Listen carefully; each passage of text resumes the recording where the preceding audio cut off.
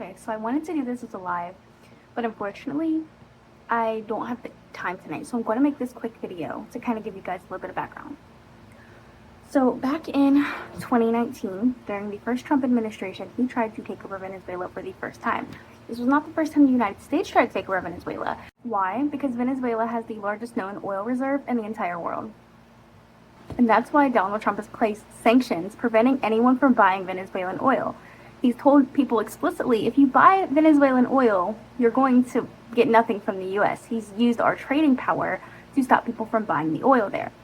China, however, has exported it because China doesn't really give a shit what Donald Trump says.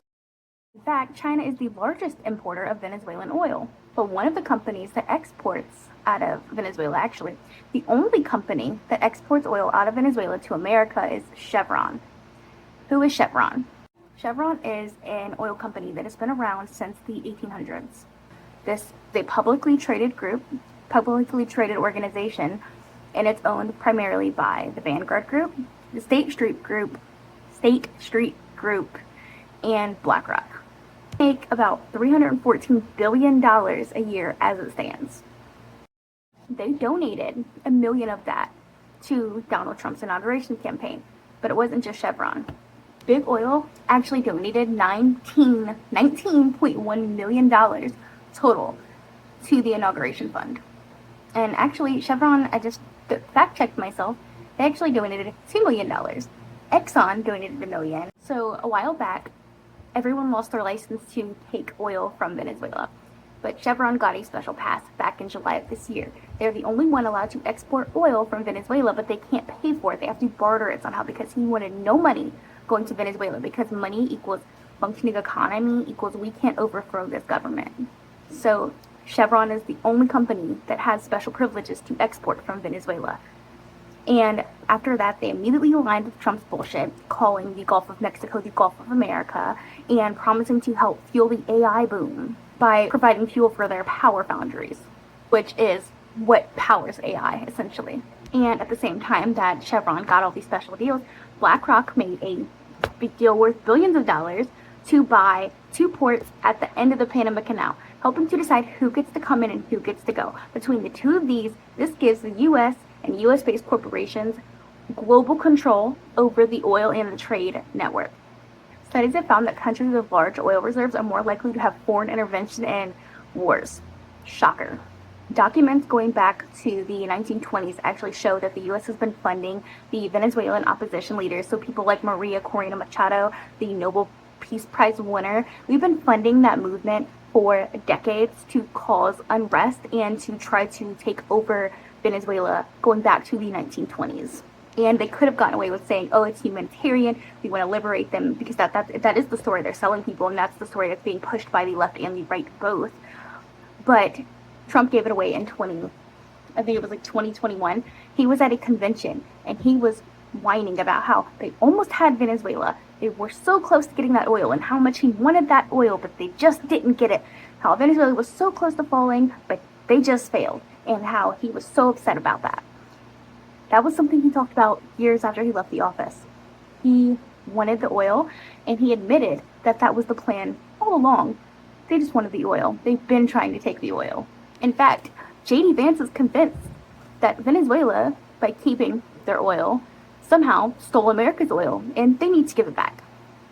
And it's so funny watching them get out on TV today and essentially say things like, oh, we care so much about drug trafficking and preventing drug trafficking, and also we need to get the oil, but drug trafficking is so bad. So the U.S. has done this many times before. One of those times is in Iran. We are the country that destabilized Iran, along with France and the UK, to get their oil because they wanted to nationalize their oil, and we were like, oh man, fuck that. And the companies that started back then that were part of that, those are the companies that are in control now. Those are the companies donating to Trump's inauguration fund. Exxon, Chevron. Look back, their names have changed a lot.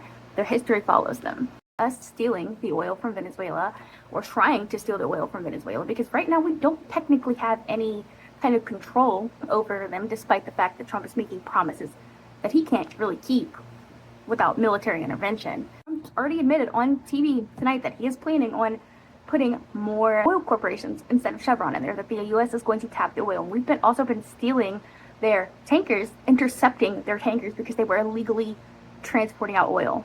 Because apparently we get to decide what other countries are doing with their own resources. And what gets me is the UN, multiple international people are saying this is illegal. They can't do this, but what is happening? Because the only thing I've seen happen is the House Democrats are scheduling a phone call for tomorrow. They don't come back to the House till Tuesday. I guess they can't be bothered to stop their vacation. The UN is condemning it, but the UN doesn't have a police force to arrest Trump. And even if they did, we have a law that says if anyone from the US is ever put in The Hague, that the American military is to storm The Hague and free the prisoner. What else really bothers me is the fact that he said that the VP, I believe her name is, and I may be saying this wrong, Delcy Rodriguez, he has said, like, oh, yeah, she's the president now. As long as she complies with what we want, there won't be military intervention. But people are still saying that they've liberated Venezuela. Like, no! Do what we want, or we'll get the military involved. That doesn't feel like anyone's been liberated to me.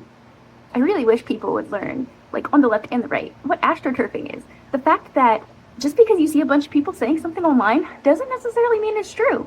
They're using something called social proof. They're convincing you something is true when it's not. Another thing that Trump said he's going to do, he's going to have American corporations move into Venezuela. Back in June 2025, Maria Corina Machado, the Nobel Peace Prize winner, who Trump says was very lovely, went in front of a thing called ASCO, ASCOA. The Council of Americas is what they call them, and it is essentially a group of large corporations and big oil, and they meet up to talk about what the plans are for Latin America. Maria Machado stood in front of them back in June. The video is on my article, my original article, telling them how much they could benefit from the U.S. taking over Venezuela. They would sell off the public industries, they'd bring in the IMF and the World Bank, and they would take over it. Please feel free to watch that video. It's disgusting. There was no talks of democracy, only talks of how these corporations could benefit.